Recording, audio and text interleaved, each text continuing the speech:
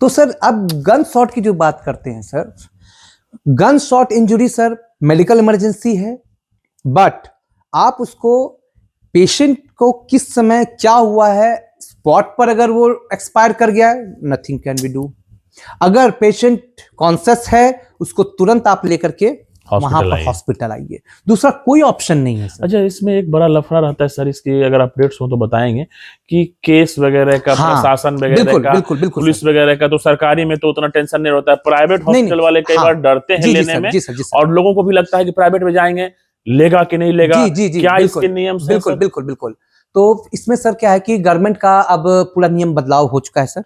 अब की ये जो एमएलसी का केस है, मेडिको लीगल केस है, नो डाउट, बट आप प्राइवेट में जाओ या सरकारी में जाओ, वो एमएलसी कटेगा ही कटेगा। एमएलसी हमको लिखना ही लिखना है, मुझे थाने इन्फॉर्म करना ही करना है। अब वो आएंगे, अब वो जो सेटलमेंट कर लें, हो सकता है कि स्टेटमेंट लेंगे, बोलेगा हमको एफआईआर नहीं करना है, दैट्स इट, कुछ नहीं कोई कर सकता सर, कोई कुछ नहीं कर सकता। डिपेंड करता है कि जिनके साथ ये घटना हुई है वो क्या चाह रहा है, उसके रिलेटिव क्या चाह रहा है। Very good, very good. इसमें डॉक्टर का, अस्पताल का कोई इन्वॉल्वमेंट नहीं है।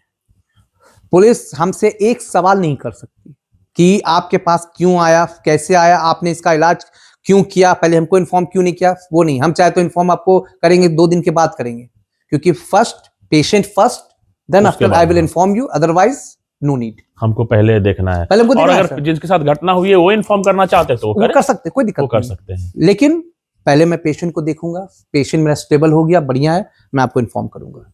लेकिन अब तो उस समय बोलेंगे ऐसा नहीं है, नियम से बदला गया है सर। इसीलिए पॉइजनिंग के केस में, आपके क्या कहता है गन शॉट इंजरी के केस में, या किसी भी ऐसे एमएलसी के केस में, आपको क्या कहता है पुलिस को इन्फॉर्म तुरंत कर रहे हैं भाई, एकदम बहुत ये नहीं, आप आराम से कीजिए, पहले ट्रीटमेंट प्रायोरिटी देना है, पेशेंट प्रायोरिटी पहले देना है। पेशेंट स्टेबल है तब हम लोगों को इन्फॉर्म करना है कि पुलिस को भाई सर ऐसा ऐसा केस आया है, आप आके एक बार देख लीजिए, क्या है आप तहकीकात कर लीजिए, दैट्स इट। बस उसमें इस हॉस्पिटल और डॉक्टर और नर्सिंग स्टाफ का कोई इन्वॉल्वमेंट नहीं है सर। बिल्कुल।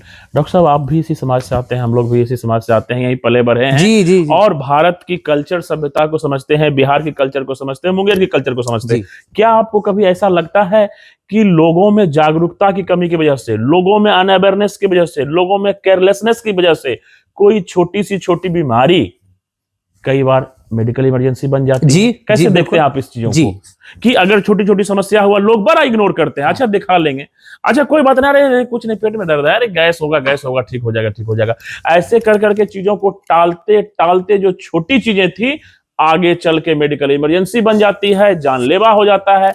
ऐसे चीजों में आप भी एक लंबे समय से चिकित्सा सेवा दे रहे हैं मुंगेर में, कैसा आपका अनुभव रहा है, और आम जनता को क्या सलाह देना चाहेंगे कि आपको तुरंत चिकित्सक को क्यों दिखाना चाहिए, अपने शरीर में हुए बदलाव को अगर आप अनुभव कर रहे हैं, तुरंत चिकित्सक को दिखाना कितना महत्वपूर्ण है?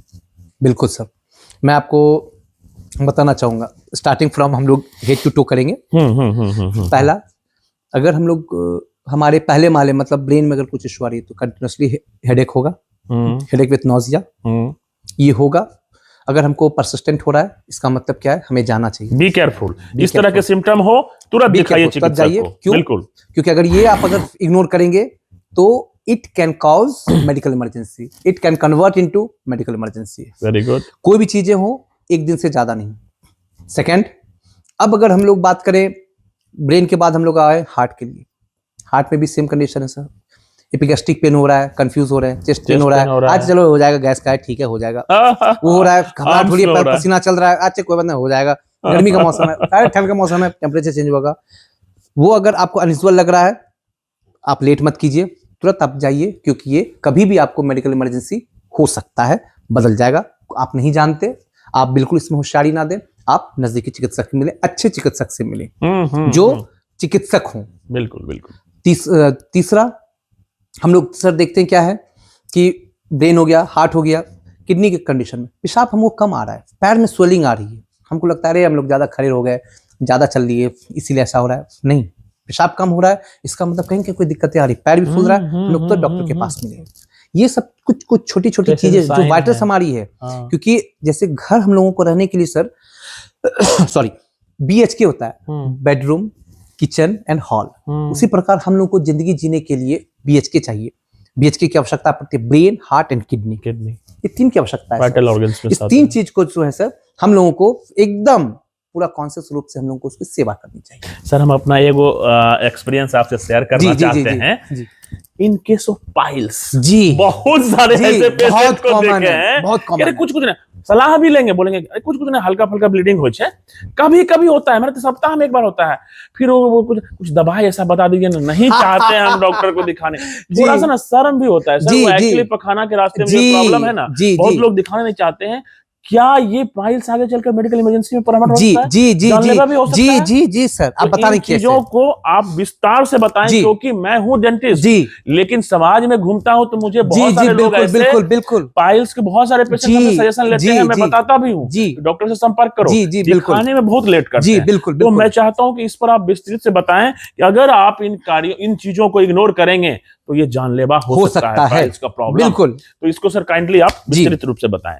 अब जैसे सर हम लोग बात करते हैं कि पैखाना के रास्ते से खून आना, मवाद आना, दर्द होना, तो हम लोग को लगता है कि जनरली पाइल्स है।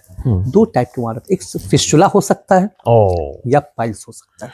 फिस्टुला दोनों तरफ ओपन हो जाता है। फिस्टुला में क्या होता है सर कि आपका एक सुराख बन जाता है, सुराख इधर जी। से उधर एकदम पास थ्रू पास, पैखाना के रास्ता से बाहरी ओर जो स्किन है वहां पर से एक सुराख होगा और पैखाना के रास्ते रेक्टम में खुलेगा। अब उसके मुंह एक भी हो सकते हैं, 2 भी हो सकते हैं, 3 भी हो सकते हैं, मल्टीपल। तो उससे क्या होता है, बराबर मवाद आता है, लोग कपड़े पहनेंगे उसमें लग जाएगा, बड़ा अनकंफर्टेबल रहेगा, दर्द रहेगा, बेचैनी रहेगा, कॉन्स्टिपेशन उसमें भी रहेगा सर, दर्द भी रहेगा। वो हो गया फिस्टुला। एक होता है सर बावासीर, पाइल्स जिसको बावासीर बोलते हैं। फिस्टुला को सर हिंदी में बोलते हैं भकंदर, और पाइल्स को हिंदी में बोलते हैं बावासीर। बावासीर क्या होता है सर, एक मांस निकल आता है बाहर की ओर, पैखाना के रास्ते से, रेक्टम से, वो बाहरी से नहीं, वो वहीं से रास्ते से बाहर की तरफ, रास्ते से बाहर की ओर आ गया।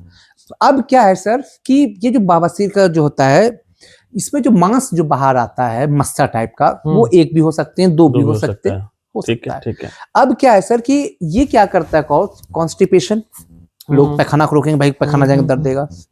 तो अब क्या करता है कि जैसे उसमें छिलावट हुई, दर्द हुई, उसमें खिंचाव पड़ा, ब्लड आया। अब क्या है सर कि ये इग्नोर करते करते धीरे धीरे क्या हो गया, ब्लड की कमी हो गई, पेशेंट गिर गया, हीमोग्लोबिन कम हो जाएगा, हीमोग्लोबिन कम हुआ। अब पेशेंट अगर क्या कहता है, आपके पास उसको दांत में कोई तकलीफ हो गई, ओरल संबंधित कुछ भी तकलीफ आ गई, आप वरीय चिकित्सक हैं मुंगेर के, आपके पास आएंगे लोग, बोलेंगे क्या कि डॉक्टर साहब देखो दांत में बहुत दर्द हो रहे हैं, दांत सेर गिले। आप देखिएगा ही, बोलिएगा कि सर ये तो बड़ा दिक्कत है, दांत को निकालने की आवश्यकता पड़ जाएगी। उस समय आप पूछिएगा कि भाई आपके साथ वैसे कोई मेडिकल हिस्ट्री नहीं, डॉक्टर साहब एकदम फिट एंड फाइन, क्योंकि हमारे मेडिसिन में एक ही बात कहा गया है, एवरी पेशेंट लाई, हर एक मरीज झूठ बोलता है, एकदम ट्रू है ये, छुपाएगा। मुझे भी 11 साल का एक्सपीरियंस है सर, मैं इन बातों पे मुहर लगाता हूं। जी जी जी जी सर, जी सर। अपने सर क्या कहता है 10-11 साल के क्या कहता है एक्सपीरियंस में, अपने प्रैक्टिस में सर जी, ये एकदम बिल्कुल देखा गया। मेरे सीनियर भी हमको बताते थे, जब भी उनका लेक्चर होता था बोलते थे कि every patient lie, every patient hide the sign and symptoms. तो आपको उसको अपना सारा खुद बात देखना कीजिए, है, अपना खुद देखना पेशेंट है से कि जितना भाई। घुलिएगा मिलेगा वो सब कुछ बता देगा। तो उसी में बोलेगा नहीं सर डॉक्टर साहब हमको तो बहुत बढ़िया है। आपने पेशेंट की बातों पर आकर के आपने एक्सट्रैक्शन का वर्क प्रोसीजर स्टार्ट किया, पेशेंट क्या है सिंकोप में चला गया या अनकॉन्शियस हो गया। अब वहां पर बोलेगा कि भाई डॉक्टर ने ऐसा क्या कर दिया, नहीं कर दिया, लोग विभिन्न प्रकार की बातें बोलते हैं। जब पेशेंट का वर्कअप होता है, चेकअप होता है, पता चलता है पेशेंट का तो हीमोग्लोबिन हो गया है 4 और 5, पेशेंट को अनकॉन्शियस नहीं होगा तो क्या होगा। अब वो बोला जाता है कि भाई अब आखिर हुआ क्यों, तब फिर उठता है वो आंख मिचते हुए बोलता है डॉक्टर साहब एक चीज बताना भूल गए कि हमारा तो पाइल्स चले, बावासीर चले, वो भी कौन, खूनी बावासीर। अब इसके बाद आप बोलिएगा अरे अब क्या, ये तो अब क्या बताना नहीं चाह रहे थे। कुछ लोग संकोच बस शर्मबस नहीं बताते हैं, लेकिन कोई भी बीमारी हो छुपाने से वो बढ़ेगा, छुपाना नहीं चाहिए। अगर पाइल्स को पहला तो कंडीशन में बताया कि भाई हीमोग्लोबिन कम हो जाएगा, खून निकलता चला, आप किसी भी चीज के लिए आप दिक्कत में पड़ जाएंगे, कभी भी आप चक्कर खा के गिर सकते हैं, उसके कारण हमारा हार्ट दिक्कत में आ जाएगा, किडनी दिक्कत में आ जाएगा, ब्रेन दिक्कत में आ जाएगा। सांस लेने की तकलीफ आएगी, हफना स्टार्ट कर देंगे क्योंकि उसको ऑक्सीजन ही नहीं मिलेगा, हीमोग्लोबिन ही नहीं है, तो उस पर ऑक्सीजन मॉडरेट कैसे होगा। अब इस सारी प्रकार की ऊर्जा जो है हमारी हीमोग्लोबिन पे ही तैरती है, वही सारे ऑर्गन को पहुंचाती है, वही नहीं रहेगा तो काम कैसे होगा। तो एक चीज तो ये सबसे बड़ी समस्या आ गई। दूसरी, long term piles. If we ignore the piles, long term piles causes, it can cause cancer. Cancer या स्वाभाविक रूप Rectal से cancer. कहीं पर भी डॉक्टर साहब लंबे समय से इन्फेक्शन रहेगा जी तो वो चीजों को तो जी एकदम जी एकदम जी एकदम जी जी प्रमोट बिल्कुल करेगा कैंसरस बिल्कुल बिल्कुल बिल्कुल। सो ये बहुत बड़ा अपडेट है। अगर आप अपने शरीर में लंबे समय तक कहीं पर जी। भी इन्फेक्शन छोड़ते हैं, जी। ओरल कैविटी में हम लोग भी बताते हैं जी कि जी कोई एक शार्प टूथ जो बार बार आपके टंग को, बार बार आपके गाल को इंजरी करता है, it may lead to cancerous, it may become cancerous. तो वही चीजें यहाँ पे भी है कि अगर पाइल्स को आप ट्रीटमेंट नहीं करवाते हैं, लंबे समय से इग्नोर करते हैं, तो it may convert into cancer. जी जी बिल्कुल बिल्कुल बिल्कुल। फिस्टुला है सर पाइल्स से, बस तो उसका टाइप्स ऑफ इन्फेक्शन ही है। जी बिल्कुल साधारण सा इलाज है। फिस्टुला, फिस्टुला में क्या है कि 15 से 20 मिनट का प्रोसीजर है सर। बहुत सारे ऐसे मरीज हैं जिसका बहुत वो डर रहे थे, हमने उनको काउंसिल किया, फिर वो बातचीत करते हुए हमने उनका क्या कहते हैं, हमारे अस्पताल में आए, उनका डॉक्टर साहब ने जो आए, सर्जन जो थे, उन्होंने एकदम बेसिक तरीके से उनको क्या, उन्होंने बहुत डर था कि सर मेरा ऑपरेशन होगा। बोले ऑपरेशन नहीं करेंगे, घबराइए नहीं। उन्होंने एक छोटा सा प्रोसीजर किया और फिस्टुला को जड़ से ही खत्म कर दिया। क्या बात। और अभी वो मरीज जब मिलते हैं तो बड़ा खुश बोलते हैं, डॉक्टर साहब अब तो मैं व्हाइट पैंट भी पहन सकता हूँ। टीचर है, व्हाइट पैंट पहनता हूँ सर, और मैं बहुत अच्छा से अब हूँ, अब बच्चों को पढ़ा रहा हूँ, अब कहीं भी कोई दिक्कत नहीं। पहले मैं बहुत संकोचवश मैं क्या कहते नहीं जा पाता क्योंकि वहां पर ब्लड लग जाता था। तो अब वो बिल्कुल एकदम बिल्कुल, अब उनका एक्सपीरियंस, अगर वो पेशेंट को अपने पास भेजे भी कि कुछ ऐसे पेशेंट थे फिस्टुला के, बोले कि आप जाइए और बिल्कुल वहां मिलिए और आपको एकदम बिल्कुल, हम जब बेहतर हैं तो आपको भी वहां पर एकदम बिल्कुल बेहतर, और बेहतर हम लोगों ने रिजल्ट दिया। तो इस सब चीजों के लिए सर हमेशा जागरूक रहिए, घबराइए नहीं, शर्माइए नहीं। वो कब मेडिकल इमरजेंसी बन जाएगा, आपको तकलीफ दे देगा, वो नहीं कोई कह सकता। इसलिए बस सिर्फ जागरूक रहना है और अपने डॉक्टर से मिलना है। सर हम अब चर्चा करेंगे, जैसा कि आपको भी पता है कि इंडिया कैपिटल ऑफ डायबिटीज बनते जा रहा है और बन चुका है। हर घर में डायबिटीज के पेशेंट्स हैं। तो क्या डायबिटिक पेशेंट भी सर कई बार मेडिकल इमरजेंसी में के कगार में आ सकते हैं? और कई बार सुनते हैं कि लोग दवाइयां स्टार्ट करते हैं, दवाई लिया, ज्यादा अमाउंट में दवाई ले लिया, खाना कम खा लिया, हाइपोग्लाइसेमिया में आ गया, बेहोश हो गया जी। या कई बार हाइपरटेंसिव पेशेंट्स को भी दवाई लेना छोड़ देते हैं, पूरा हाइपरटेंशन बढ़ गया, फॉल गिर गए। तो सबसे पहले एक एक करके लेंगे कि डायबिटीज को लेकर के सर क्या देखेंगे कि अगर कोई डायबिटिक पेशेंट है, वो दवा ले रहे हैं, बीच बीच में उनको हमेशा चेक करते रहना चाहिए कि मेरा सिर्फ ज्यादा ही नहीं, कम भी नहीं होना चाहिए शुगर। तो इन चीजों के मॉनिटरिंग के लिए आम आदमी को क्या सलाह देंगे कि डायबिटिक के पेशेंट्स हैं तो किन किन बातों पर हमेशा ध्यान रखना चाहिए, कब चक्कर आने लग जाए तो क्या करना चाहिए, नहीं तो आप भी मेडिकल इमरजेंसी के शिकार हो सकते हैं। और लगे हाँ तो फिर बीपी के पेशेंट्स के बारे में बताएं। जी देखिए, मैं मुंगेर में तो पिछले 5 सालों से मैं कार्डियो डायबिटिक यहाँ पर हूँ और प्रैक्टिस कर रहा हूँ मैं जी। तो डायबिटिक पेशेंट मुंगेर में कितने देखे मुझे नहीं पता, ठीक है, कितने पेशेंट है मुझे भी नहीं पता सर। और क्योंकि इसका जो मैंने एक सॉल्यूशन निकाला है, बहुत कम खर्च पे मेरा सॉल्यूशन रहता है सर। मेरा ट्रीटमेंट पॉलिसी होता है बहुत अलग वे में रहता है। तो डायबिटिक मेडिकल इमरजेंसी अगर हम बात करें तो उसमें एक ही आता है, वो है हाइपोग्लाइसीमिया। हाइपोग्लाइसीमिया कब कॉज करता है, पेशेंट टू पेशेंट वेरी कर सकता है। किसी पेशेंट में 50 के नीचे भी, 50 पे भी रहेगा तो वो पेशेंट अनकॉन्शियस हो जाएगा। किसी पेशेंट में मैंने देखा है कि 50 पर भी है पेशेंट बट अनकॉन्शियस नहीं है। ओके, वो कॉन्शियस लेवल मेंटेन किए हुए, बट हाइपोग्लाइसेमिक तो है और वो मेडिकल इमरजेंसी है। दूसरा मेडिकल इमरजेंसी है but patient stable conscious level में रहता है, वो है हाइपरग्लाइसीमिया। हाइपरग्लाइसीमिया में उसमें शुगर लेवल पहुंच गया 1000-2000 पहुंच जाता है। मेरे पास तो मैक्सिमम मैंने देखा है कि पेशेंट मेरे पास 1200 लेकर के आए हैं, 1200 तक हमने चल के आ गए और कॉन्शियस थे जी। तो अब क्या है सर कि ये जो मैक्सिमम डायबिटिक लेवल है, ब्लड शुगर लेवल है, ये हमारे हार्ट को, ब्रेन को, किडनी को, लिवर को, पैनक्रियाज को, हमारी आंतों को डैमेज करता है, हमारी पेरिफेरल नर्व्स को, diabetic neuropathy, diabetic nephropathy, diabetic cardiomyopathy, diabetic neuropathy, ये ओवरऑल सभी कॉज करते हैं।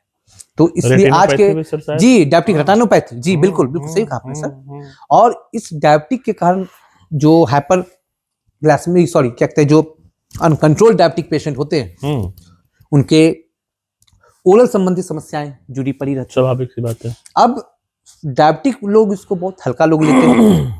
आम जनमानस जो है बहुत हल्के में लेते हैं कि शुगर है, मधुमेह है, कुछ नहीं है यार, कभी मधु चाशनी खा लेंगे, मधु वासनी खा लेंगे, ये आयुर्वेदिक खा लेंगे, मेथी पत्ता पी लेंगे। बट नहीं, क्योंकि इस आज जो हम लोग पॉडकास्ट कर रहे हैं, आज जो हम लोग वार्तालाप कर रहे हैं, आज जो हम लोग चर्चा कर रहे हैं, इस चर्चा के माध्यम से हमारा हो, आपका हो, बस एक ही उद्देश्य है कि लोगों को अवेयरनेस होना चाहिए। बिल्कुल। तो इसमें मैं एक शब्द कहना चाहूंगा कि डायबिटीज जो है आज के डेट में वो भी म्यूटेंट हो चुका है, बदलाव हो चुका है। बहुत बड़ी बात कही आपने। अब म्यूटेंट क्या है कि जिस प्रकार आपके बच्चे बड़े हो गए हैं, आपके फादर किस स्थिति में थे, आप किस स्थिति में, आपके बच्चे कितने एडवांस हो गए, उसी प्रकार आज के डेट में जो पहले जिनको शुगर था, बीच में जिसको था, अब जिसको है, वो सब एडवांस्ड हो चुके हैं, इन द सेंस के म्यूटेंट हो चुके हैं, बदलाव आ चुका है। तो उनके लिए मैं एक ही बात बताना चाहूंगा कि मेथी का पत्ता काम नहीं करेगा, आयुर्वेदिक मेडिसिन काम नहीं करेगी, आपकी किडनियां तुरंत चोक हो जाएगी, हार्ट तुरंत अफेक्टेड हो जाएगा। तो उसके लिए सिर्फ और सिर्फ आपको चिकित्सक, अच्छे चिकित्सक से मिलना है, वहां अपनी समस्या बतानी है, वो आपको मॉनिटरिंग करेंगे, आपकी सारी टेस्ट करेंगे, देखेंगे कि कहाँ दिक्कतें आ रही है, क्यों दिक्कतें आ रही है, रूट ऑफ कॉज को देखेंगे और आपका वो दवाई देंगे, इलाज करेंगे और आप बेहतर होंगे।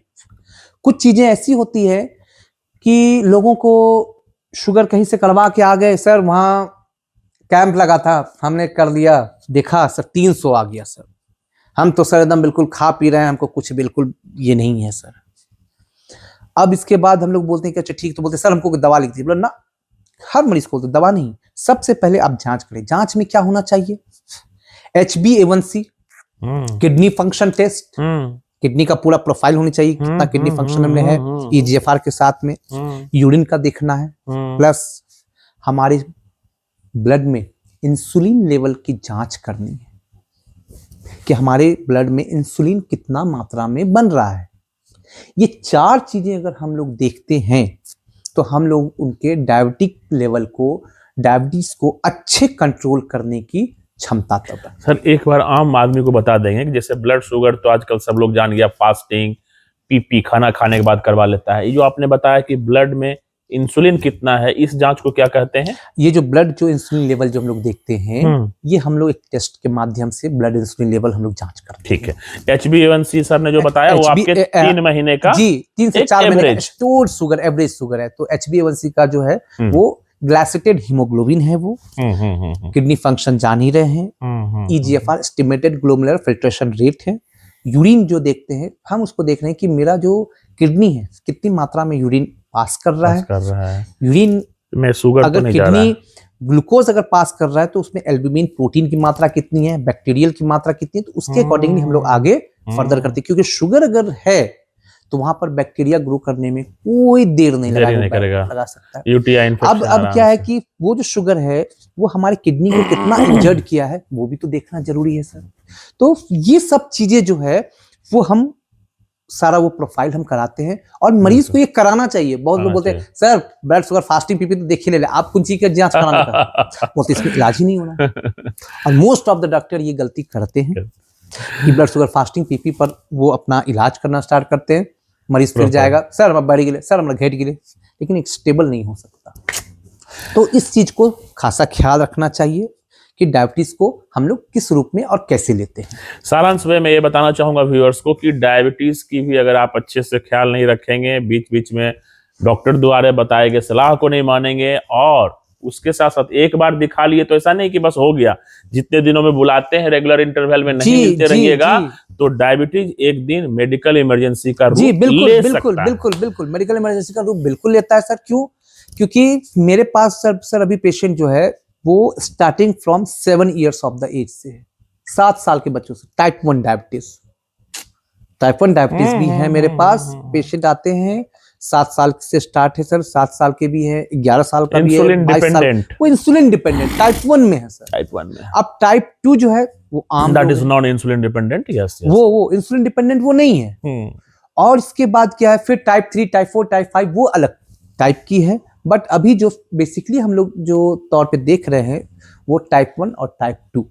सर इसमें एक चर्चा करना चाहेंगे, जब हम लोग अब एंडोक्राइनोलॉजी पे चल ही रहे हैं, दैट इज की हार्मोनल चेंज जो हमारे शरीर में होता है, उसमें इंसुलिन की चेंज की वजह से डायबिटीज हो जाता है। सर जो थायराइड, बहुत सारे ऐसे लोगों को मैंने पाया कि थायराइड हो गया है, सिम्टम लेस था, या उसके सिम्टम्स बाद में वो समझ पाए, बाद में डायग्नोसिस हो पाई। तो उस चीजों के लिए सर थायराइड के कुछ लक्षण के अगर जी कोई बिल्कुल, व्यक्ति है स्वस्थ, और अपने मैं- बदलाव क्या क्या मैं देखे बिल्कुल जो common उनको से लगे कि बताऊंगा। मैं थायराइड से सफर कर रहा हूं, और क्या थायराइड में बदलाव जानलेवा हो सकता है, मेडिकल इमरजेंसी जी, काउज कर सकता है या नहीं? बिल्कुल।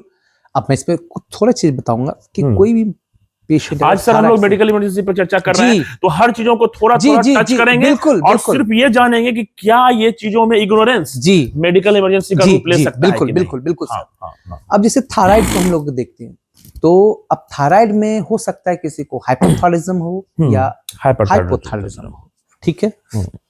अब लोगों में ये एक मिथ है कि हाइपोथायराइडिज्म मोटापा वाला, हाइपोथायराइडिज्म पतला वाला। एकदम सही बात है। ऐसा नहीं होता है। लेकिन अब जनरली महिलाओं में होता क्या है कि मोटी हो गई तो उनको थायराइड हो गया। तो मोटी हो गई हैं तो थायराइड हुआ है, या थायराइड हो गई है तो मोटी हुआ है, इससे कोई लेना देना नहीं। बट हो गया है तो हो गया, लेकिन अब इसको हम जाने कैसे? तो अब थायराइड जिसको है, सबसे पहले मोस्ट कॉमन कॉज जो होगा, सॉरी कॉज बोल रहा हूं, सिम्टम, कॉमन सिम्टम्स क्या होगा? कॉन्स्टिपेशन, पहला फ्रीक्वेंट कॉन्स्टिपेशन। दूसरा धड़कने, सब बोलते धड़कन आ गया तो उसको पाल्पिटेशन महसूस होगा, घबराहट महसूस होगा। जैसे वो सुबह सो के उठेंगी या उठेगा तो उसको एक घबराहट सी महसूस होगी, अपनी धड़कनें धक धक सुनाई आवाज देगी। जैसे वो पहला कदम वो रख के उठना चाहेगा बिस्तर पर से, उसको घबराहट महसूस होगी, लाइक ऑफ ओरिएंटेशन। तो ये घबराहट सिर्फ महसूस होगी, पाल्पिटेशन महसूस होगा, कॉन्शियस लेवल में कोई कमी नहीं रहेगी। अच्छा, पैर वैर रखने पर कॉन्शियसनेस जी, जैसे सो के उठे हम लोग, जैसे सोचे कि आप बेड से उठेंगे तो आपको लगेगा कि नहीं हमको घबराहट हो रही है, पाल्पिटेशन हो रही है। सेकंड चीजें, दूसरी चीजें, मन नहीं लगेगा, बुझा बुझा सा महसूस होगा। लोगों को लगेगा कि क्या कहता है कि अरे ये एकदम बिल्कुल एक साइको टाइप क्यों हो रहा है, मतलब एक आपको इरिटेशन महसूस होगा, आपको फैमिलियर रहना पसंद नहीं होने लग जाएगा, तो मूड में बदलाव हो जाता है, जी मूड स्विंग होना स्टार्ट होता है। तो लोगों को लगता है कि अरे क्या कहता है ये सारी चीजें खाओगे पियोगे ठीक हो जाएगा। ये सब चीजें जो है इनिशियल फेज में ये थायराइड के होता है।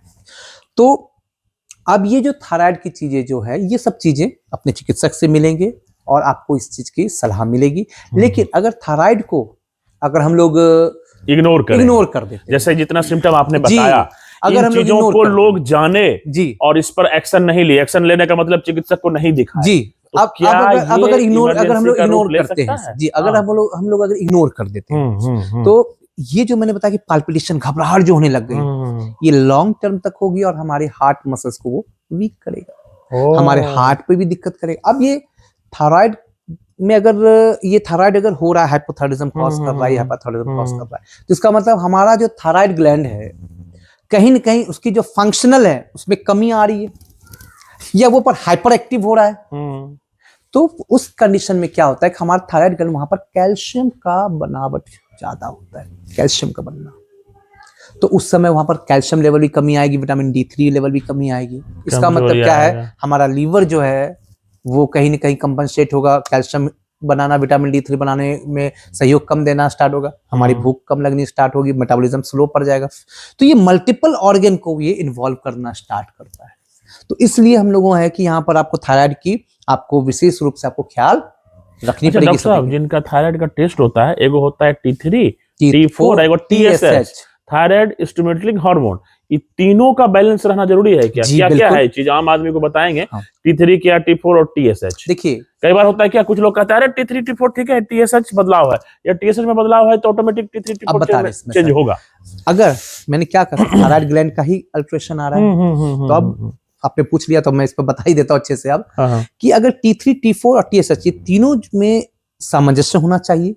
जैसे TSH का होना चाहिए कि 0.5 टू 4.5 तक हम लोग नॉर्मल रेंज नॉर्मल मानते हैं। ठीक है, अप टू 5 तक मान सकते हैं। लेकिन अब क्या है कि अगर इससे ज्यादा बढ़ेगा तो हम लोग इसको हाइपोथायराइडिज्म के कॉज में रखें, हाइपोथायराइडिज्म की श्रेणी में रखेंगे। और अगर T3 T4 में अगर बढ़ोतरी अगर हो जाती है तो उसको हाइपरथायराइडिज्म की कैटेगरी में हम लोग, ठीक है, तो वहां पर स्टिमुलेशन ज्यादा हो गया, स्टिमुलेशन वहां पर ज्यादा हो गया तो वो भी नुकसानदायक है, स्टिमुलेशन कम हो गया तो ये भी ज्यादा है। तो अब जैसे है कि अब अगर हम लोग हाइपोथायराइडिज्म हो गया तो अब हम लोग वहां पर इसका मतलब क्या है कि थायरोक्सिन जो है वो हम लोग में कम बननी स्टार्ट हो गई, तो थायरोक्सिन दे दिया। अब वहां पर कार्बाजिपिन हम लोग को अगर कम पड़ गई हाइपरथायराइडिज्म में तो फिर कार्बाजिपिन हम लोग को देना स्टार्ट करना पड़ेगा। जो चीज की कमी होगी उस चीज को देना ऐड करना पड़ेगा। लेकिन अगर थायराइड अगर लेवल में अल्ट्रेशन है किसी महिला में या किसी पुरुष में, तो ये जो है आज के डेट में, ये पहले भी होता था सर, कि ये जो सबसे कॉमन जो तकलीफ देता है उसको, वो है आपको इनफर्टिलिटी की ओर बढ़ाता है। अगर किसी महिला में अगर थायराइड लेवल का अल्ट्रेशन है, अल्टर्ड थायराइड लेवल है, चाहे वो हाइपो में हो या हाइपर में हो, तो ये जो है आपका इनफर्टिलिटी की ओर लेके जाएगा। पुरुष में रहेगा तो इनफर्टिलिटी की ओर लेके जाएगा। पुरुष में क्या हो सकता है कि आपके स्पर्म काउंट कम हो सकते हैं। आपके स्पर्म का अगर काउंट अगर बेहतर है तो आपके स्पर्म की क्वालिटी ठीक नहीं हो सकती है। हेड में डिफेक्ट आ सकता है, टेल में डिफेक्ट आ सकता है, बॉडी में डिफेक्ट आ सकता है। महिलाओं में क्या होगा कि हार्मोन्स का स्टेबलाइजेशन नहीं होगा, हार्मोन्स का अल्ट्रेशन होना स्टार्ट होगा। Either it is form of alteration in periodic cycle, late आ रहा है, 1 महीने में 2 बार आ रहा है, 3-3 महीने नहीं आ रहा, या फिर आपका क्या है कि जो इक्वालिटी है वो उसमें हैम्पर्ड करेगा, तो ओवरऑल इनफर्टिलिटी की ओर वो, ये तो सर बहुत बड़ा रोल है। तो यहाँ पर थायराइड का बहुत बड़ा रोल है सर। तो अब क्या है कि सर जो हमारे इंडोक्राइन से, सर इंडोक्राइन की आपने बात करी, तो हमारा जो एक हैप्पी हार्मोन्स जो है, हैप्पी हार्मोन्स वो नहीं निकलेगा, स्ट्रेस रिलीव हार्मोन्स वो नहीं निकलेगा। अब क्या है, डोपामीन नहीं निकलेगा, ठीक है, तो जिसके कारण क्या मूड स्विंग करेगा सर।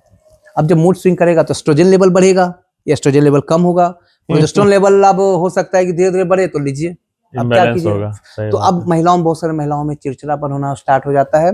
और बहुत सारी ऐसी हम लोगों ने देखा है कि बच्ची है और वो एक साइकेट्रिक बिहेवियर कर रही है, तो वहां पर due to the hormonal imbalance, इसको डॉक्टर को समझना पड़ेगा, तुरंत समझना पड़ेगा, तुरंत।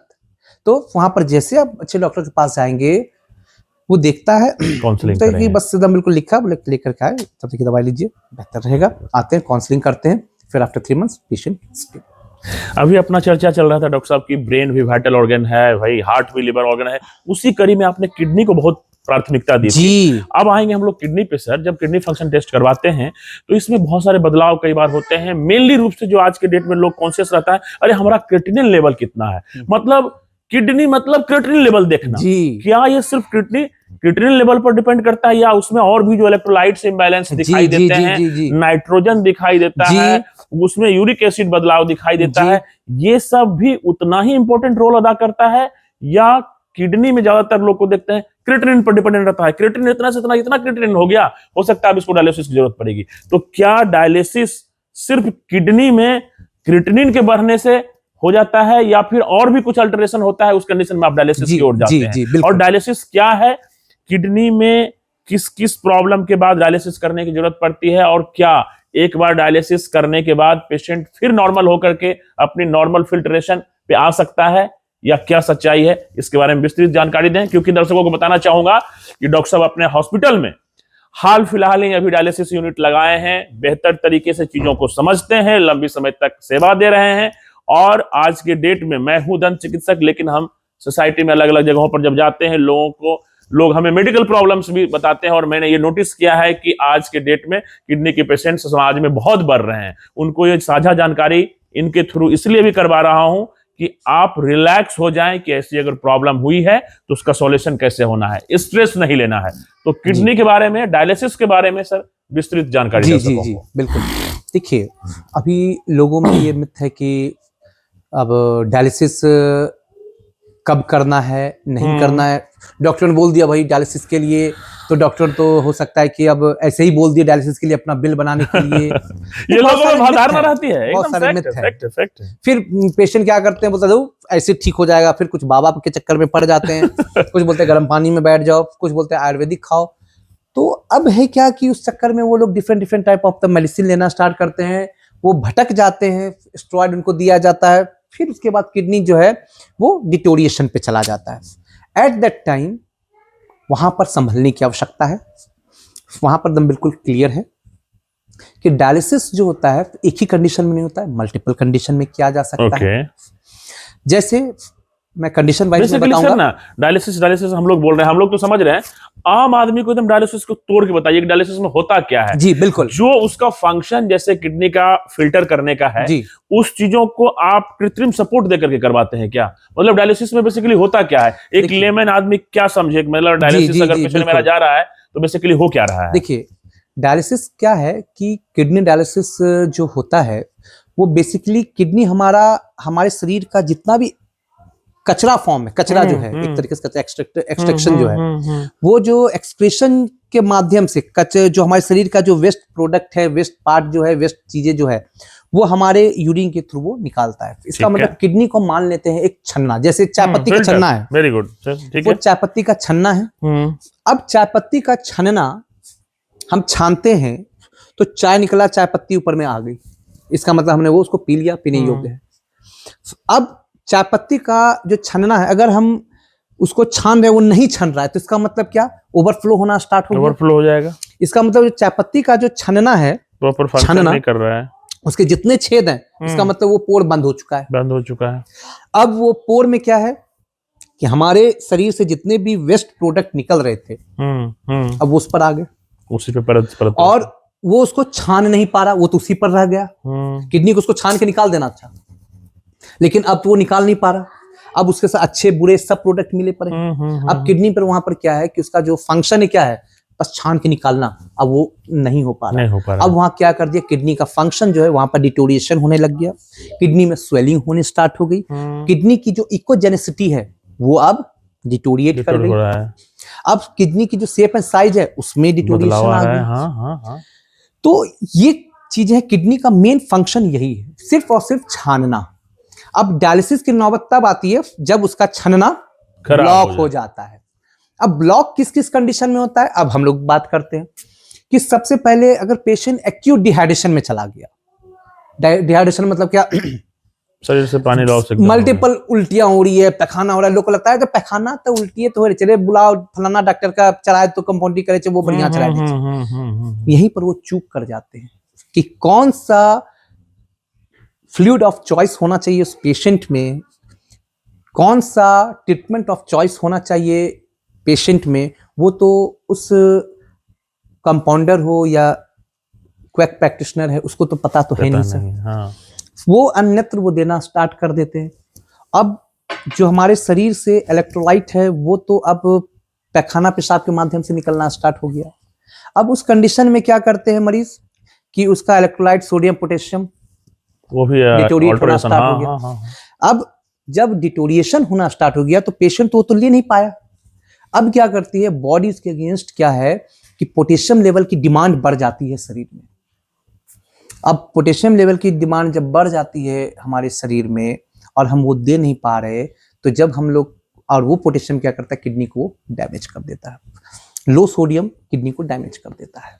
अब हम लोग जब अगर उसकी हम लोग किडनी फंक्शन अगर हम लोग ब्लड सैंपल से अगर हम लोग देखते हैं तो वहां देख रहे हैं क्या, पोटेशियम लेवल पहुंच गया है 12, सोडियम लेवल पहुंच रहा है 124 पहुंच रहा है, 120 पहुंच रहा है, हाइपोनेट्रीमिया हाइपरकैलेमिया कॉज कर रहा है। उस कंडीशन में एक्यूट किडनी इंजरी चली गई, उस कंडीशन में हम लोग को डायलिसिस करना पड़ेगा। नहीं तो उस समय एट द सेम टाइम हम लोग को किडनी की पोर खोलनी है, पोटेशियम लेवल बढ़ रहा है, पेशेंट को डायलिसिस की आवश्यकता पड़ेगी। साइमल्टेनियसली हम लोग को जो आपका सपोर्टिव ट्रीटमेंट है वो तो हमको देना ही देना है, उस समय किडनी की डायलिसिस की आवश्यकता पड़ेगी। सेकेंड, पेशेंट कोई लॉन्ग टर्म हाइपरटेंसिव है, हाइपरटेंसिव इंड्यूस्ड सीकेडी में पहुंच गया, किडनी खराब कर दी। कोई पेशेंट डायबिटिक है, लॉन्ग टर्म डायबिटिक है, डायबिटिक के कारण क्या है कि डायबिटिक नेफ्रोपैथी कॉज किया, डायबिटिक इंड्यूस्ड किडनी इंजरी हो गई, तो वहाँ भी आपका किडनी से डैमेज हो गए।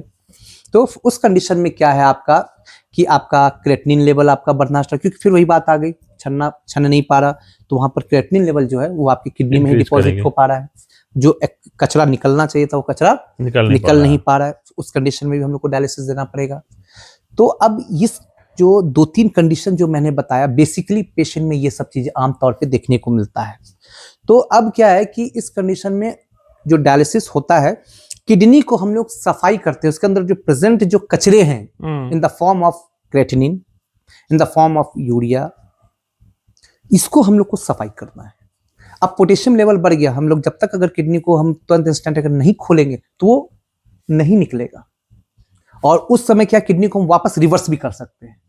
लेकिन अगर डायबिटिक इंड्यूस्ड अगर नेफ्रोपैथी कॉज कर गया, उसकी इक्योजेनेसिटी अगर लॉस हो गई है, तो फिर उसको रिवर्स करना मुश्किल, तब तो उस कंडीशन में फिर हम लोग को ट्रांसप्लांट की ही आवश्यकता पड़ सकती है। डायलिसिस के दौरान डॉक्टर साहब जो फंक्शन नॉर्मल किडनी कर रही है, जो उसमें पोर्स हैं जो कि बंद हो गए हैं कचरा के थ्रू, तो डायलिसिस के थ्रू क्या वो पोर्स भी ओपन होते हैं क्या? जी नहीं, कि अगर हम 2-3 बार अगर अच्छे से डायलिसिस कर दिए तो फिर किडनी अपना पोर से वो छन्ना करने लग जाएगा, छानने लग जाएगा, ऐसा नहीं होगा? ये सिर्फ और सिर्फ एक्यूट किडनी इंजरी में ही इंजरी में होगा। जब हम बात कर रहे हैं सीकेडी की, ये सब में जब अगर हम लोग क्रॉनिक में चला गया, उसकी बात नहीं कर रहे हैं हम लोग। AKI एक्यूट किडनी इंजरी और क्रॉनिक किडनी इंजरी, ये दोनों अलग अलग चीजें हैं सर। एक्यूट किडनी इंजरी में हम लोग किडनी को रिवर्स कर सकते हैं with the help of dialysis, with the help of other supportive medication.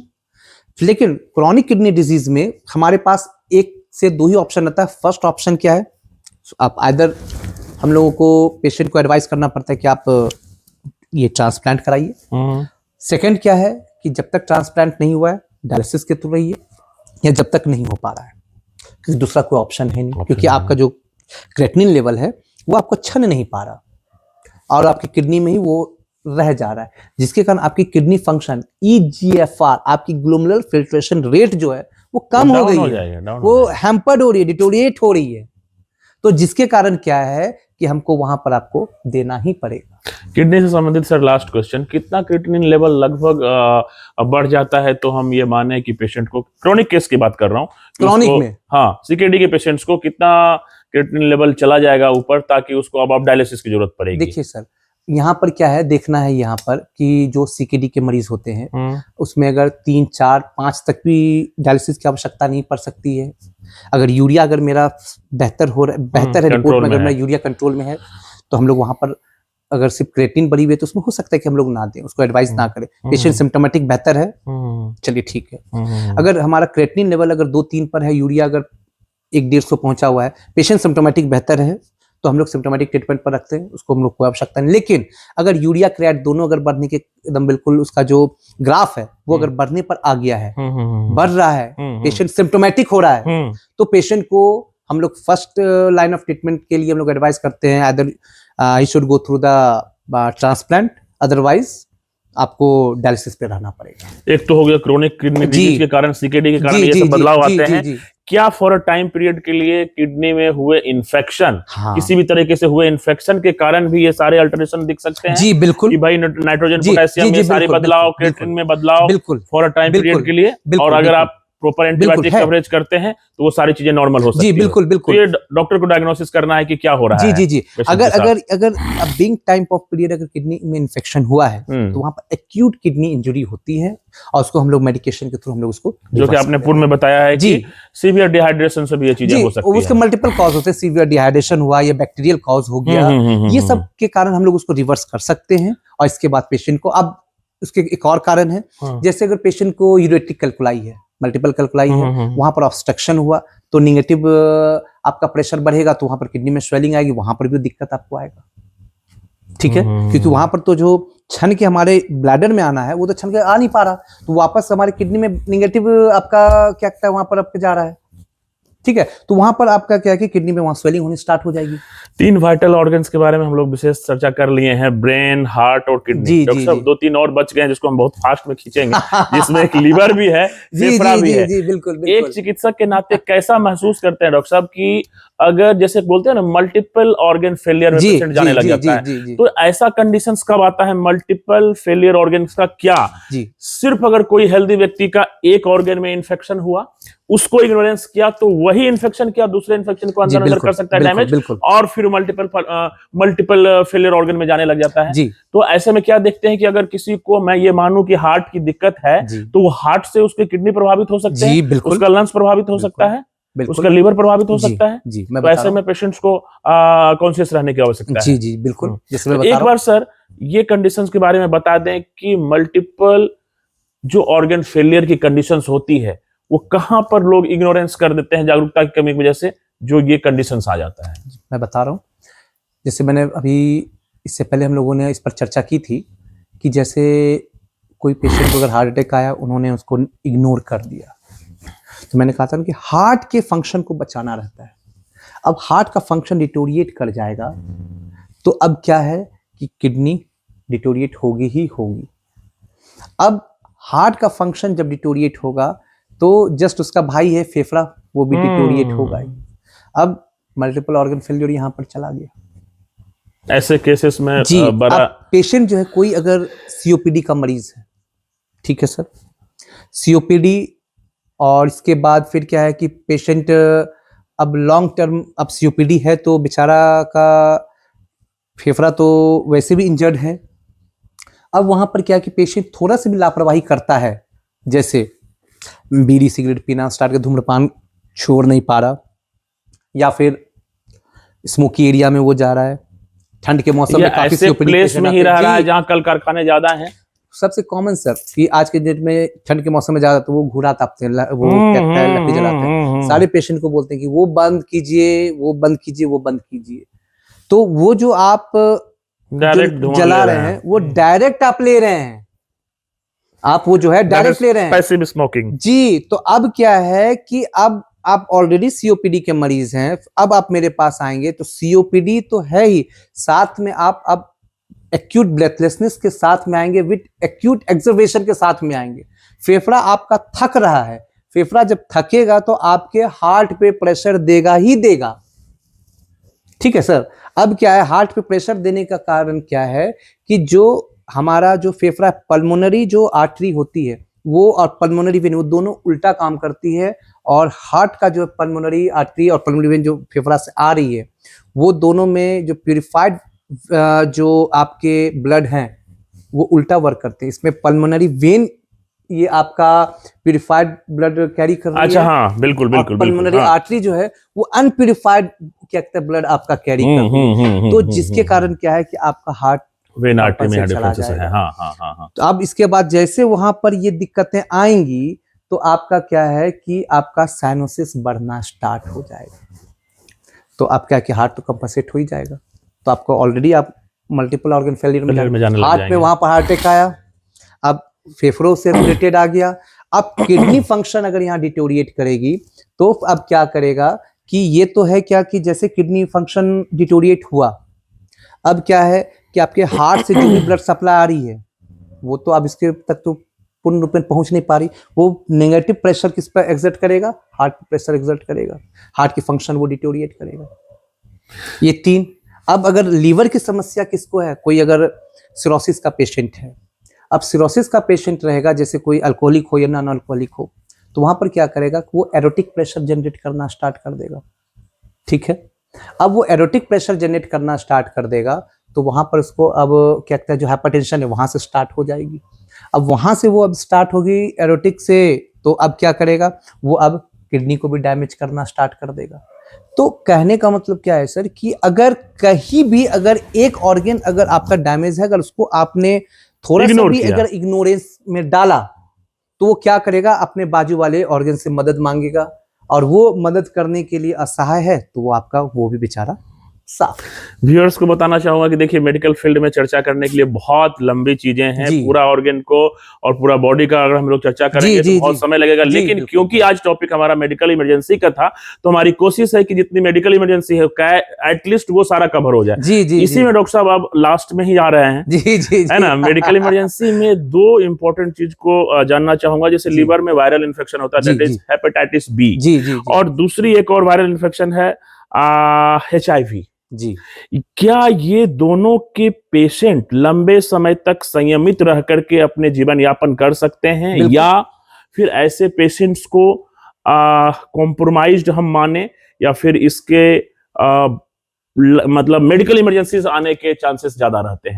ऐसे पेशेंट्स को कितना चैलेंजिंग होता है लाइफस्टाइल, और इन लोगों को कितना अपना मेडिकल धर्म निभाना चाहिए कि अगर कहीं किसी के पास जा रहे हैं और आप जान रहे हैं कि I am suffering from HIV and suffering from hepatitis B, तो you should inform to your जी, डॉक्टर्स। बिल्कुल, बिल्कुल। सो कितना इंपॉर्टेंट ये हो जाता है और कितना चैलेंजिंग रहता है एक मेडिकल प्रोफेशनल को हर पेशेंट को उस दृष्टिकोण से देखना, उनकी कुछ जो सिम्टम्स हैं, जो क्लिनिकल फीचर्स हैं, उस पर हमेशा ध्यान रखना कि ये पेशेंट ऐसे हो सकते हैं, हमारा दूसरा पेशेंट इन्फेक्शन में ना ग्रसित हो, मैं इन्फेक्शियस नहीं हूं। तो इन चीजों को लेकर के एक मेडिकल प्रैक्टिशनर के रूप में कैसा चैलेंज रहता है? देखिए, जितने भी HIV के पेशेंट हैं और HBsAg मतलब हेपेटाइटिस के पेशेंट हैं, या जितने भी हेपेटाइटिस C HCV के पेशेंट जितने भी हैं, ठीक है, ये सब जो भी है ये वायरल इन्फेक्शन से ग्रसित रहते हैं, They are immunocompromised। और ये बेसिकली जो होता है ये इम्यूनो कॉम्प्रोमाइज्ड हो जाते हैं, और इसमें और कुछ नहीं, इसके तो इम्यून सिस्टम ही धीरे धीरे शट डाउन होना स्टार्ट हो जाती है। अब कोई HIV का पेशेंट है तो उसके साथ मेडिकल इमरजेंसी HIV के रिगार्डिंग नहीं आएगी, वो हमेशा कुछ और Organs चीज पे। लेकर के आएगा, ऑर्गन्स को डैमेज करेगा। अगर कोई HIV का पेशेंट है, अगर उसको ब्लड शुगर, BP, शुगर ये सब कुछ भी नहीं है, तो उसकी एक आम हेल्दी लाइफ वो जिएगा। ऐसे हैं, मुंगेर में हैं बहुत से ऐसे पेशेंट, मेरे पास लगभग क्या कहता है 10 पेशेंट हैं, 10 से 11 पेशेंट हैं। एक ओल्ड माता जी थी, वो तो बेचारी एक्सपायर कर गई। तो अभी जो पेशेंट हैं, पॉजिटिव पेशेंट हैं, वो एकदम बिल्कुल हेल्दी लाइफ जी रहे हैं। इन लोगों को वुंड हीलिंग होने का क्या रहता है डॉक्टर साहब? हाँ, अब जो है एक अगर जैसे कोई इंजरी हो गई, नॉर्मल कुछ ऐसा नॉर्मल हो गया, बस तो थोड़ा healing- सा सर, अगर उसके साथ कोई और अदर कोई कॉम्प्लिकेशन नहीं है, जैसे BP शुगर वगैरह नहीं है, तो सब चीज सामान्य चलता है। क्योंकि अगर ऑन मेडिकेशन पर हैं, परहेज पर हैं, अपने स्वास्थ्य से संबंधित वो बिल्कुल कॉन्शियस हैं, तो बिल्कुल एक आम जिंदगी जीते हैं। हेपेटाइटिस बी की बात करूं तो ये एक ऐसा इन्फेक्शन है जो एक समय रहते वो ऑटोमेटिक वो हील हो जाता है, ठीक हो जाता है, कोई बड़ी बात नहीं है, लेकिन फिर भी इसमें बहुत सतर्कता, बहुत ध्यान देने की बातें होती है। हेपेटाइटिस C भी यही है। तो और ये सब चीजों में क्या है कि पेशेंट जो भी ऐसे ग्रसित हैं, वो अपनी मेडिकल हिस्ट्री सबसे पहले, कहीं भी जाते हैं, किसी भी डॉक्टर से मिलते हैं, किसी भी ऐसे संस्था में जाते हैं जहां पर गैदरिंग हो, तो उसको सबसे पहले अपनी इस आइडेंटिटी को हमेशा मद्देनजर रखते हुए परहेज में रहना चाहिए। और कहीं भी अगर वो जाते हैं तो हर चीज से वो परहेज रखें, ताकि उससे किसी और व्यक्ति को ना हो। ये उस व्यक्ति की सेल्फ डिसीजन होनी चाहिए, तभी अवेयरनेस होना चाहिए, तभी वो क्या कहते हैं, यहाँ पर हम लोग इस चीज को प्रिवेंट कर सकते हैं, बचा सकते हैं। रेस्ट ऑफ फिर आम जिंदगी जीने में इन लोगों में आज तक ऐसा कुछ वैसा खास चीजें नहीं देखी गई है कि उनमें कुछ भी ऐसी medical emergency that particular, like जैसे कि HIV है कोई पॉजिटिव पेशेंट, तो उसके कारण हो रहा हो, नहीं। हेपेटाइटिस बी हो या हेपेटाइटिस C हो, उसके कारण हो रहा, नहीं। उसके कारण कोई और ऑर्गन अगर सफर कर रहा हो, या फिर कोई और भी मेडिकल कंडीशन से वो अगर साथ में सफर कर रहा हो, तभी उसके रिगार्डिंग देखा गया, वरना था ऐसा नहीं।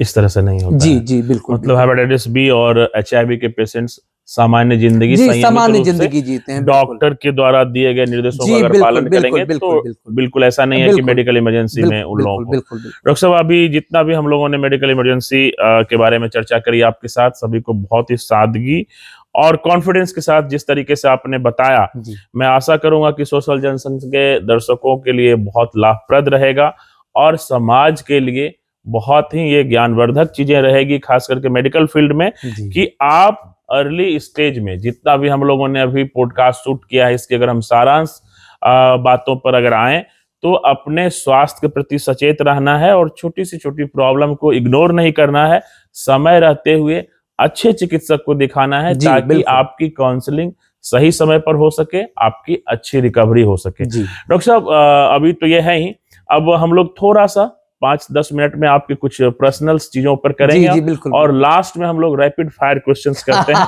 थोड़ा बिल्कुल। इंटरटेनिंग भी होता जी है जी जी बिल्कुल ताकि बिल्कुल चीजें रिलैक्स हो जाए कि भाई बिल्कुल। पॉडकास्ट का मतलब एकदम से सारी चीजें सीरियसनेस नहीं है, जी जी जी बिल्कुल फन बिल्कुल। के लिए है, पैशन है हमारा, जी और जी जो जी हमारा बिल्कुल गेस्ट बिल्कुल। आए हाँ वो भी एकदम से कॉन्शियस नहीं रहे जी कि खाली हमरे डिपार्टमेंट का पूछिएगा और कुछ हंसी मजाक नहीं चलेगा। जी तो जी उस समय पर ठीक है, पर्सनल चीजों को जानना चाहेंगे। डॉक्टर साहब पढ़ाई लिखाई जो आपका 10th तक हुआ है, जी जी कहाँ पे हुआ है? 10-12 तक सब यहाँ पर सरस्वती विद्या मंदिर से मुंगेर से ही जी पढ़ाई की जी है, जी क्या जी बात है, जहां से सरस्वती पढ़ाई विद्या की है मंदिर वहीं पानीगंज सेवा में। करने का मौका मिला है, जी जी इट्स अ बिल्कुल ग्रेट बिल्कुल अपॉर्चुनिटी बिल्कुल आई बिल्कुल। थिंक। हमारे बहुत सारे यहाँ पर जितने भी टीचर हैं जो हम लोग को पढ़ाए हुए हाँ, सब हमारे पास आते हैं। वाह, क्या बात है, बड़ा आनंददायी पल होता है। और जी मेडिकल कॉलेज कहाँ है डॉक्टर साहब? महाराष्ट्र महाराष्ट्र से महाराष्ट्र किया? सेवाग्राम, हाँ।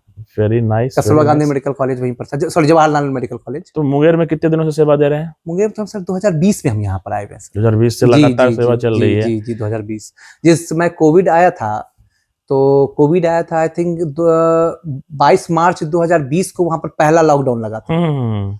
और मैंने यहाँ क्लिनिक स्टार्ट किया था 11 मार्च 2020 को।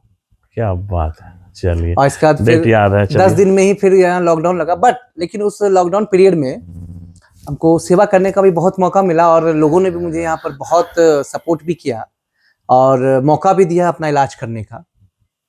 तो मुंगेर में अभी कहाँ कहाँ पे आप सेवा दे रहे हैं? एक अभी ही क्लिनिक या बस शायद एक मुझे ही है। जानकारी मिली थी 2 नहीं नहीं क्लिनिक का? एक ही है सर, फिलहाल एक ही है। अभी एक नहीं कहाँ अभी पे है डॉक्टर अभी साहब? अभी ये अपना गायत्री नगर प्रोफेसर है, वहीं पर अभी क्या कहते हैं मेरा अपना अस्पताल भी हॉस्पिटल है। का नाम? श्याम मेमोरियल हॉस्पिटल है और वहां हम्म। पर अभी अराउंड 40 to 50 बेडेड फैसिलिटी है। तो मैं मानूं कि 24/7 24 इमरजेंसी? हाँ बिल्कुल 24/7 है। और वहां पर आपका इमरजेंसी आईसीयू और जितने प्रकार की सर्जरी हो रही हैं, general surgery including gynaec surgery भी वहां पर सारी चीज हो रही है। सारे डॉक्टर वहां पर आते हैं अपना अपना डिपार्टमेंट के अच्छा अकॉर्डिंग। देखिए, एक चीज हम डॉक्टर साहब भूल गए थे आपके, जब मैं पोस्ट डाला कि डॉक्टर शिशिर हमारे पॉडकास्ट के अगले मेहमान होंगे, तो कुछ लोगों ने जो मुझे इनबॉक्स किया था मैसेज, उसमें से फटाफट उसका आंसर कुछ कर देंगे ताकि लोगों को लगे कि नहीं डॉक्टर साहब पोस्ट डालते हैं तो उसका आंसर भी हम लोगों को दिया जाता है। बिल्कुल। एक बच्चा ने पूछा, एक लड़का ने, कि डॉक्टर साहब कैसा चैलेंजिंग रहता है, लोग आपके पास जब दिखाने आते हैं तो वो अपनी बातों को रखते हैं और आप अंदर अंदर हंसते रहते होंगे, अगर यार ये सही नहीं है, ये सब जो भी बोल रहे हैं ये मिथ्स है, सही तो ये है। तो मेडिकल फील्ड में क्या क्या मिथ्स आपको सुनने को मिलती है? जैसे मैं आपको आइडिया दे देता हूं, मैं एक डेंटिस्ट हूं तो मुझे क्या क्या सुनने को मिलता है। डॉक्टर साहब दांत साफ कराएंगे, दांत कमजोर तो नहीं हो जाएगा? जी। दांत निकलवाएंगे, आंख का रोशनी तो नहीं चला जाएगा? जी जी जी बिल्कुल। तो मेडिकल में सर ऐसा ऐसा क्या क्या सुनने को मिलता है? अब जैसे सर मैं यहाँ पर एज ए कार्डियो डायबिटिक यहाँ पर मैं प्रैक्टिस कर रहा हूँ मैं, ठीक है। तो बहुत सारे पेशेंट अगर आते हैं तो बोलते हैं डॉक्टर साहब ये शुगर का दवाई कितना दिन तक खाना होगा? कितना दिन तक खाना होगा? ठीक है भाई। हम लोग बोलते हैं कि सर अभी तो फिलहाल अभी आप खाएं और फिर अकॉर्डिंग टू रिपोर्ट हम लोग देखते हैं, फिर उसके अकॉर्डिंगली हम लोग क्या प्लान करते हैं। तो डॉक्टर साहब ये जिंदगी भर खाना होगा क्या? तो हम बोलते हैं कि लगभग तो खाना तो पड़ेगा, शुगर लेवल आपका ये बढ़ चुका है और आपकी फैमिली हिस्ट्री भी आपकी पॉजिटिव है, तो आपको यहाँ पर लगभग खाना पड़ेगा। तो बोलते हैं अरे डॉक्टर साहब फिर तो मेरा किडनी भी खराब हो सकता है, इतना दवाई खाएंगे तो किडनी खराब हो जाएगा, हार्ट खराब हो जाएगा।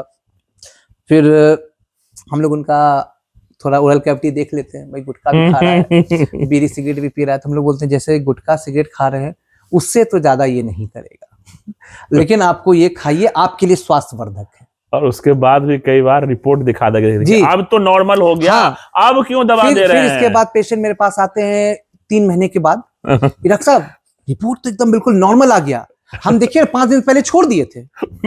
बोले क्यों? तो रिपोर्ट नॉर्मल आ गया तब छोड़ देते हैं। तो हमने कहा कि सर ये आपकी मेडिसिन पर है, मेडिसिन जो है आप में वर्क बढ़िया कर रहा है, आपका रिपोर्ट बहुत नॉर्मल है, ये अच्छी बातें हैं, लेकिन आपको छोड़नी नहीं है। सेम ब्लड प्रेशर के मरीज भी आएंगे, कार्डियक मरीज भी, सर हम तो बहुत बढ़िया, सांस फूल रहा था बिल्कुल बहुत बढ़िया है, अब बीपी वगैरह भी सब नॉर्मल रहा है, हमने दवाई खाना छोड़ दिया। मैंने बोला दवाई खाना छोड़ दिया आपने, लेकिन वो दवाइयों पर है, ऐसे नहीं छोड़ना है, उसको आप कंटिन्यू रखना है। डॉक्टर साहब मेरा बीपी जा चेक करें, बीपी चेक करवाया, बीपी नॉर्मल। डॉक्टर साहब हमने तो बस 3 दिन पहले छोड़ा था, अभी क्या कहता है बीपी देखिए अभी भी नॉर्मल है, इसका हमको दवाई की आवश्यकता नहीं। हमने कहा कि जो बीपी की दवाइयां जो होती है वो आपके शरीर में, आपके ब्लड वेसल्स में, ब्लड के माध्यम से एक लॉन्ग टर्म तक वो एक्टिव रहती है। ये धीरे धीरे धीरे धीरे धीरे ये डिटोरिएट करेगा। तो हो सकता है इसको सप्ताह 10 दिन 15 दिन भी लग सकता है, लेकिन इसका मतलब ये नहीं कि खाना बंद कर दें, इसीलिए खाइए और मेंटेन रखिए। तो ऐसे ऐसे सब लोग आते हैं।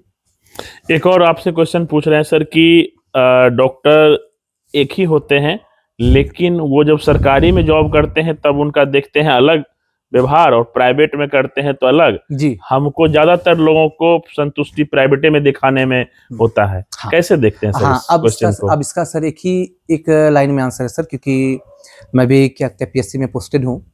तो वहां पर मरीज सर आते हैं, तो एक साथ भीड़ में बहुत सारे मरीज आए, ठीक है।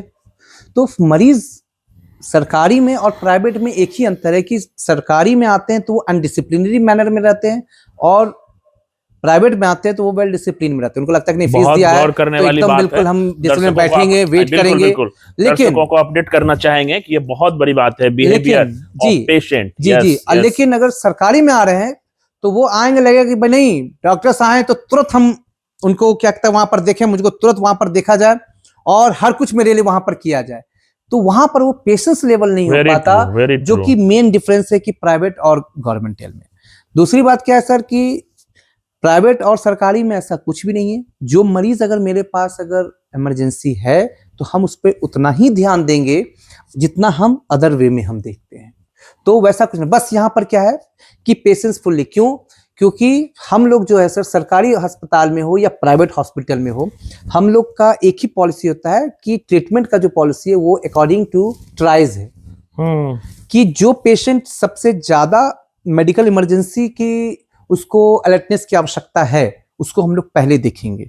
अगर मेरे पास पेशेंट ओपीडीज में रहते हैं, अगर मेरे पास आता है मेरा स्टाफ कि सर इमरजेंसी में पेशेंट आया है, हम लोग तुरंत उसको छोड़ते हैं और इमरजेंसी की ओर दौड़ते हैं। इसका मतलब क्या है कि पहले इमरजेंसी फर्स्ट, वो ट्राइज के अनुसार ही सर हम लोग को ट्रीटमेंट करना है। अब इसके बाद जब वहां पर जब हो गया तो कुछ पेशेंट बोलते हैं सर हम लोग बहुत देर से बैठे हुए हैं, तो हम लोग बोलते हैं कि आपको धैर्य रखना पड़ेगा, क्योंकि आप स्टेबल हैं। आपको अगर हम 5 मिनट लेट भी देखेंगे तो चलेगा, बट ये इमरजेंसी में है तो पहले इसको देखना पड़ेगा। तो यही चीजें सरकारी अस्पताल में क्या होता है कि लोग आते हैं एकदम बिल्कुल पहले हमको देखो, नहीं अगर थोड़ा सा भी देख रहे कि मरीज वहां देखा जा रहा है, तुरंत 4 नेता को फोन किया, फिर अब क्या उससे भी नहीं हो गया तो अब क्या कहता है डीएम को फोन कर दिया कि यहाँ पर क्या कहता है बहुत लेट कर रहे हैं, डॉक्टर साहब देख नहीं रहे। डॉक्टर साहब देख नहीं रहे, डॉक्टर साहब अकॉर्डिंग टू ट्राइज ही देख रहे हैं कि जिसको जो आवश्यकता है। उनकी आंखें जो है वो डॉक्टर अगर वहां पर बैठे तो उनकी आंखें में है, हर कुछ पता है कि कौन व्यक्ति को किस प्रकार की और कितनी इमरजेंसी आवश्यकता है, जो पहले उनको देख ले। जस्ट ओपीडी है तो लाइन वाइज तो आना ही पड़ेगा।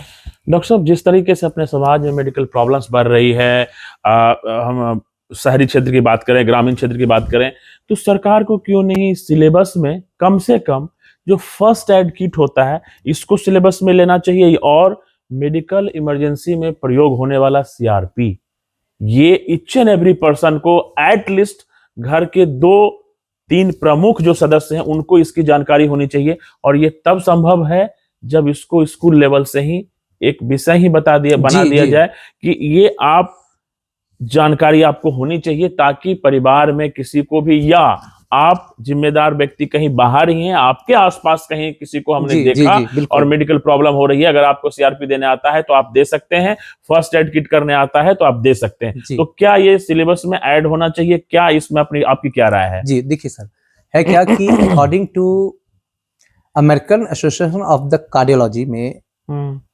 ये साफ है कि हमें एक लेमैन से लेकर के एक पुलिसमैन तक हमको ये जितने भी सीपीआर होते हैं, मतलब क्या है कि एसीएलएस और बीएलएस प्रोटोकॉल के अंतर्गत ये सब सारे कुछ मेडिकल इमरजेंसी को हम लोग कैसे करना है वो हम लोग बताते हैं। तो ये एसीएलएस और बीएलएस बेसिक लाइफ सपोर्ट और कार्डियक लाइफ सपोर्ट, ठीक है, एडवांस्ड कार्डियक लाइफ सपोर्ट, ये दोनों की ट्रेनिंग होती है। तो जैसे मैं ट्रेंड हूँ, मैं हर साल अपने आप को क्या कहता है फिर से अपडेट करता हूँ, फिर मैं सर्टिफाइड होता हूँ, फिर क्या है कि फिर मैं भी ट्रेनिंग देने के लिए जाता हूँ कि कैसे देना चाहिए। तो ये फॉरेन कंट्री में तो सर ये एकदम बिल्कुल कॉमन आ चुका है, पूरा गाइडलाइंस में आ चुका है। ये हमारे इंडिया में ही सिर्फ ऐसा है कि इस चीजों को प्रमोट नहीं किया जा रहा है। प्रमोट क्या किया जा रहा है कि भाई जनधन में पानी आ रहा है कि नहीं घर में, इस चीज को देखा जा रहा है। भाई वहां पर डिफरेंट क्या कहते हैं कॉन्ट्रैक्टर लगे हुए हैं, लेकिन एक भी कॉन्ट्रैक्ट ऐसा नहीं दिया गया है कि आप घर टू घर पहुंच के आप ACLS और एटलीस्ट कम से कम BLS बेसिक लाइफ सपोर्ट की भी आप ट्रेनिंग दीजिए। या फिर अभी गवर्नमेंट ने छोटे छोटे कस्बों में छोटे छोटे जगह पर आंगनवाड़ी बनाया है, लेकिन अभी तक आंगनवाड़ी में ये प्रोटोकॉल नहीं कहीं चिपका है, कहीं ये नहीं अभी तक ये सटा प्रोटोकॉल आ रहा है, ये प्रोटोकॉल पारित हुआ है, चाहे हमारे मुंगेर के सिविल सर्जन के ऑफिस के थ्रू हो या DM ऑफिस के थ्रू से हो या सचिवालय के तरफ से हो, कि हर एक आंगनवाड़ी में ये BLS का सबको ट्रेनिंग दिया जाए, ताकि लोग अगर कहीं भी रोड पर रोड ट्रैफिक एक्सीडेंट हो या फिर कोई भी ऐसी मेडिकल इमरजेंसी आ गई हो, कोई स्ट्रोक का आ गया हो, कोई हार्ट अटैक का पेशेंट आ गया हो, तो उस समय हम लोग क्यों करते हैं। और एक बात और बताना चाहूंगा सर, कि जब CPR की बात चली है और इसमें बात चली है, तो इस वीडियो के माध्यम से मैं एक बात बताऊंगा कि CPR का मतलब क्या होता है, अभी तक बहुत लोग नहीं जानते। स्वाभाविक सी बात है कि CPR लोग होता है कार्डियोपल्मोनरी, क्या कहता है रिसस्टेशन हम लोग उसको बोलते हैं। तो कार्डियोपल्मोनरी रिसस्टेशन क्या है, हम लोग जो प्रक्रिया कर रहे हैं उसका मेन बेसिक क्या है। लोग बोलता है कुछ नहीं, बस कोई अनकॉन्शियस हो गया हो तो दवा। बहुत लोग कर रहे हैं क्या कि बस थोड़ा सा पेशेंट ऐसे से हो रहा है, बस CPR देना स्टार्ट कर दिए, और देना कब है यही नहीं जान रहे। CPR का मोटो क्या होता है यही नहीं जान रहे। तो जिसके कारण सर क्या है कि ये सब प्रक्रिया जो है, ये सब प्रोटोकॉल जो है, एटलीस्ट कम से कम हर एक आंगनवाड़ी, हर एक PSC पर होना चाहिए, हर एक अस्पताल में हर एक सप्ताह ये ऑर्गेनाइज भी होना चाहिए, ताकि लोगों को में ये अवेयरनेस हो। CPR का देने का सिर्फ और सिर्फ उसी समय उचित है, उसी समय गाइडलाइंस है, उसी समय देना चाहिए जिस समय आपको पल्स आपको नहीं फील हो रहा हो। पल्सलेस या इरेगुलर भी सर? जी नहीं, पल्स अगर फील है नो नीड ऑफ CPR। बहुत बड़ा अपडेट दे रहे हैं सर। अगर पल्स फील हो रहा है no need of CPR, pulseless है स्टार्ट CPR। CPR का मेन फंडा क्या है, मेन मुद्दा क्या है, मेन बेसिक चीज क्या, क्यों दे रहे हैं, तो उस CPR के माध्यम से हम ब्रेन को एक्टिव रख रहे हैं, हम ब्रेन को जिंदा रखने की कोशिश कर रहे हैं। क्यों? क्योंकि जब हम लोग CPR देते तो हमको हार्ट को जिंदा नहीं रखना है सर, हार्ट को हम रिकवर कर लेंगे, किडनी को रिकवर कर लेंगे, ब्रेन तक ब्लड पहुंच जाए। जब हम लोग कर रहे हैं तो जब डिसेक्ट बॉडी दिखेगी तो उस पर साफ दिखेगा कि जो हमारे यहाँ पर कैरोटिड आर्टरी जो है, जब हम लोग पंप करेंगे तो कैरोटिड आर्टरी के माध्यम से ये जो ब्लड है ये तुरंत फ्लश होगा हमारे ब्रेन पर। ब्रेन को फ्रैक्शन ऑफ सेकंड का भी हम लोगों को क्या कहता है, आपको इस्चीमिया कॉज नहीं होने देना है, ब्लड की कमी नहीं होने देना है। सबको लगता है कि वो हार्ट अटैक आ गया, जल्दी हार्ट पंप करो, हार्ट में ब्लड जाएगा। नहीं, हार्ट में तो ऑलरेडी ब्लड का कम कलेक्शन है, उससे हमको देना है ब्रेन को। ब्रेन मर गया तो कुछ नहीं बचेगा। Very good information sir. तो इसलिए क्या है सर कि CPR का मतलब क्या है, कब देना है, पल्सलेस। पल्स रुका मतलब ऊपर जाइए नहीं रहा है।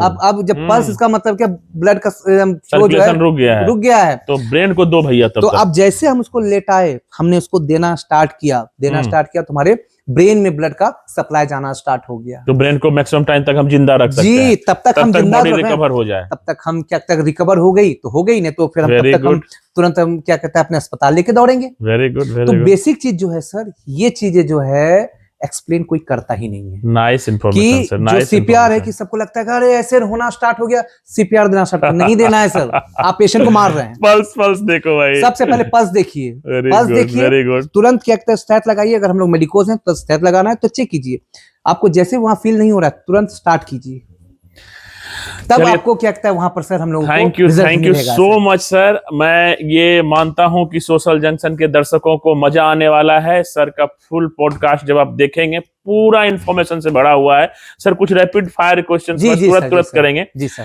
डॉक्टर शिशिर को खाने में क्या पसंद है सर, उजला वाला रसगुल्ला की काला वाला?